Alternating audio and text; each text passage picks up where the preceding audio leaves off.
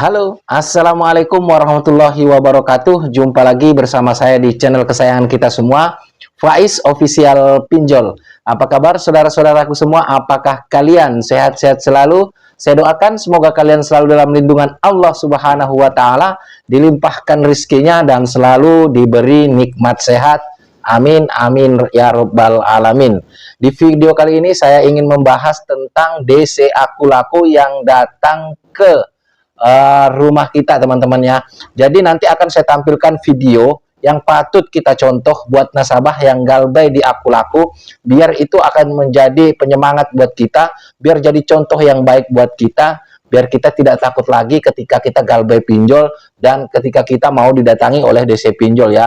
Namun sebelum saya tampilkan videonya, alangkah baiknya buat teman-teman yang mungkin baru saja bergabung dengan channel ini atau baru saja menemukan channel ini, ada baiknya untuk kalian support saya dengan cara subscribe channel ini dan juga mengaktifkan tombol loncengnya agar kalian itu tidak ketinggalan ketika saya mengupload video-video terbaru ke channel ini.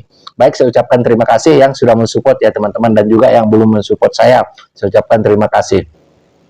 Jadi sebentar saya akan tampilkan video ya, DC pinjol Aku Laku kena mental sama emak-emak. Ya sudah tahu emak-emak itu ya, namanya emak-emak ya, nggak mau disalahkan dan memang tidak pernah salah ya teman-teman. Jadi kena mental lah. Ini patut kita contoh karena dikira cupu ternyata suhu si emak-emaknya ini teman-teman. Mari kita simak videonya ya. Iya, orang nggak bawa surat-surat itu profesi penagihannya ditunjukkan sama siapa? Ya, makanya kalau Mbak Risi, silakan Mbak lapor RT setempat nih, ada orang mengganggu saya bla bla bla. Ntar biar saya ngobrol sama RT-nya. Ya udah, sana aja ke RT. Kan yang paling utama kan Mbak memang bener punya utang nggak di Aku Laku gitu loh. Ya yang penting ada surat dulu. Iya kan, satu itu ID card udah jelas Mbak.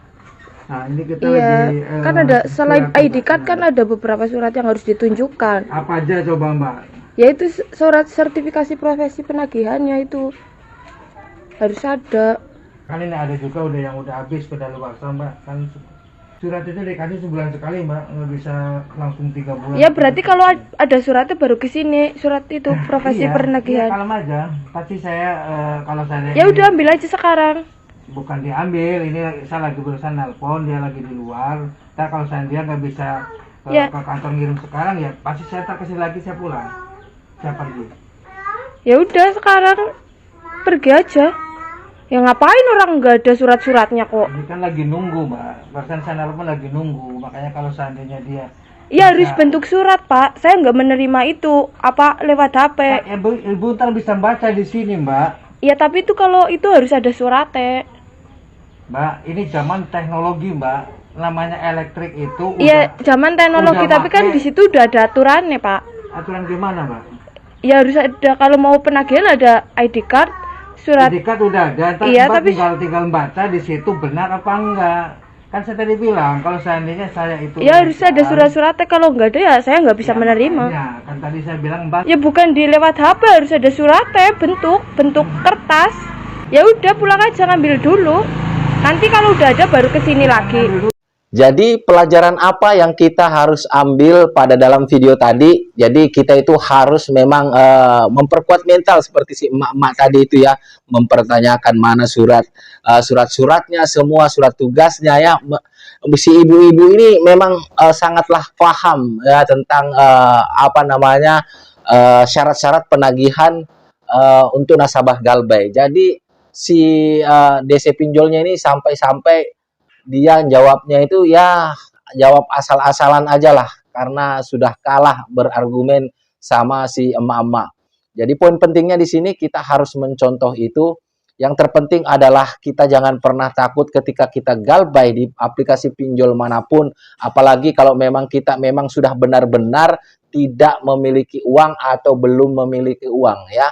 Jadi banyak sekali kasus-kasus di luaran sana bahwasanya masih banyak saja nasabah-nasabah galbay pinjol ini yang bisa diancam, diintimidasi oleh oknum-oknum DC pinjol ini, dan akhirnya mereka menghalalkan segala cara ya untuk mencari utangan agar bisa membayar hutang pinjolnya, baik itu lewat aplikasi yang lainnya, baik itu lewat tetangga, saudara, Banyak itu yang terjadi, teman-teman.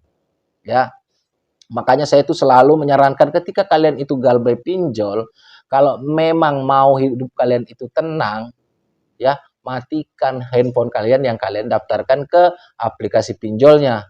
Atau kalian banyak-banyak belajar untuk memperkuat mental kalian atau untuk apa namanya, untuk kuat berargumen kalau ketemu misalkan sama DC pinjol ya, DC lapangan seperti si emak-emak tadi itu ya.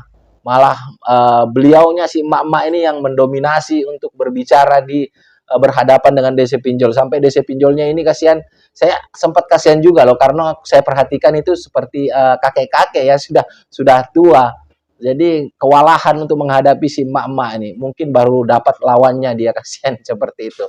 Ya, jadi buat teman-temanku semua, tidak ada yang perlu kita takutkan ketika kita itu gagal bayar pinjol, baik itu raksasa pinjolnya, baik itu pinjol teri maupun double raksasa.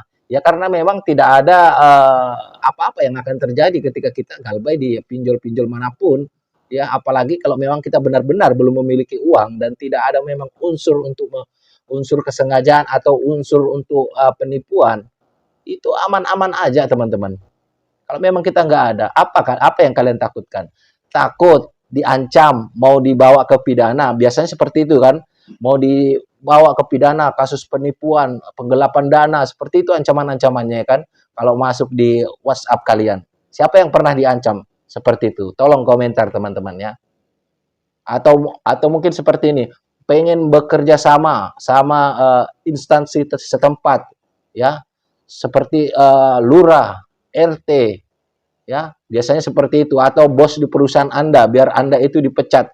Saya bisa pastikan itu semua hanyalah hoak. Jadi jangan pernah kalian dengarin kata-kata mereka ya. Jangankan mau dibaca, kalau bisa jangan dibaca dan jangan didengarin apa kata mereka, karena memang selama ini para DC-DC pinjol itu ya, 100 omongannya, 120 kebohongannya. Ya wajar. Menurut saya sih wajar-wajar aja seperti itu ya. Karena memang mereka dituntut untuk harus mendapatkan target ya teman-teman ya. Cuman kalau misalkan sudah mengintimidasi itu yang nggak bisa dianggap wajar teman-teman. Kalau masih dia menggunakan kebohongan untuk menelpon kalian, itu kalau menurut saya wajar-wajar aja. Anggap aja lah itu sekedar lelucon ya, hiburan buat kita teman-teman. Ya, hiburan buat kita yang mungkin kita lagi capek-capek kerja, nggak ada hiburan ya, anggap aja para DC ini hiburan kita. Kalau kita ditelepon ya udah, kalian kalau kalian mau cari hiburan ya kalian dengerin aja itu, biar aja ngomong sendiri ya. Nanti ngalor ngidul perkataannya itu ujung-ujungnya juga mereka capek dimatikan sendiri teman-teman. Jadi saya salut sama ibu-ibu ini yang barusan tadi yang saya tampilkan ya. Beliau lebih mendominasi dan beliau itu mengerti. Itulah kenapa pentingnya kita belajar ya dan mengetahui apa saja yang menjadi hak kita sebagai nasabah dan apa yang menjadi hak buat pinjolnya ya teman-teman. Sebetulnya kalau kita tahu celah daripada pinjol ini, pinjol itu sangatlah lemah teman-temanku semua. Asalkan kita tahu. Cuman memang saudara-saudara kita di Indonesia ini memang rata-rata ya, rata-rata saudara-saudara kita di Indonesia ini orangnya baik-baik. Merasa bersalahnya itu sangat tinggi ya. Makanya mudah diintimidasi dan ditekan-tekan oleh oknum-oknum DC pinjol. Itu terbukti teman-teman, banyak dengan cara-cara penagihan seperti itu, banyak di antara saudara-saudara kita yang akhirnya mau membayar hutang pinjolnya walaupun mereka itu tidak memiliki uang. Itu berarti tandanya orang-orang di Indonesia ini, saudara-saudara kita di Indonesia ini, rasa tanggung jawabnya itu besar ya.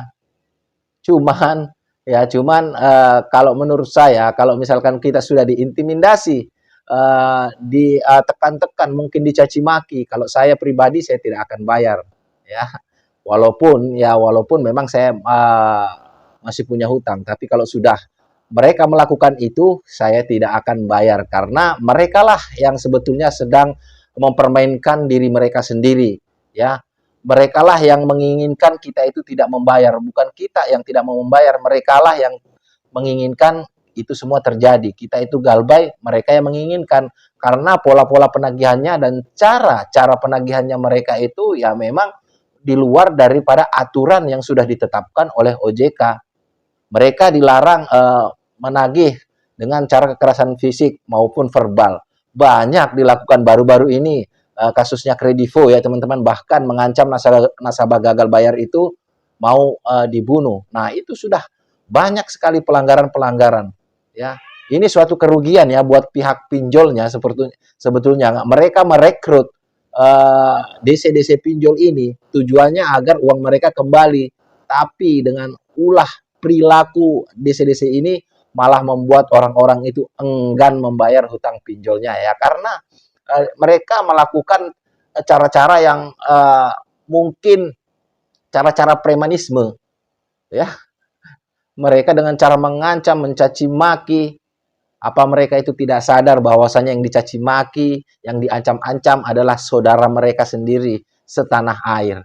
Ya, ini buat para DC, saya khususnya saya pribadi itu tidak pernah menjas pekerjaan kalian itu buruk, tidak ya. Tapi lakukanlah pekerjaan kalian sesuai prosedur, jangan melukai nasabah-nasabah karena sejatinya mereka itu juga saudara kita yang sejatinya masih punya keinginan untuk membayar asalkan kalian itu ngomongnya baik-baik dan berilah waktu. Ya kalau memang mereka nggak ada uang, mau buat apa, mau gimana, mereka juga pastinya tidak bisa membayar hutang pinjolnya. Ya, buat ibu-ibu yang sudah marah-marah di rumahnya itu memarahi DC pinjol, saya angkatkan jempol. Ibu sangatlah cerdas, ini patut dicontoh buat nasabah-nasabah gagal bayar dimanapun kalian berada.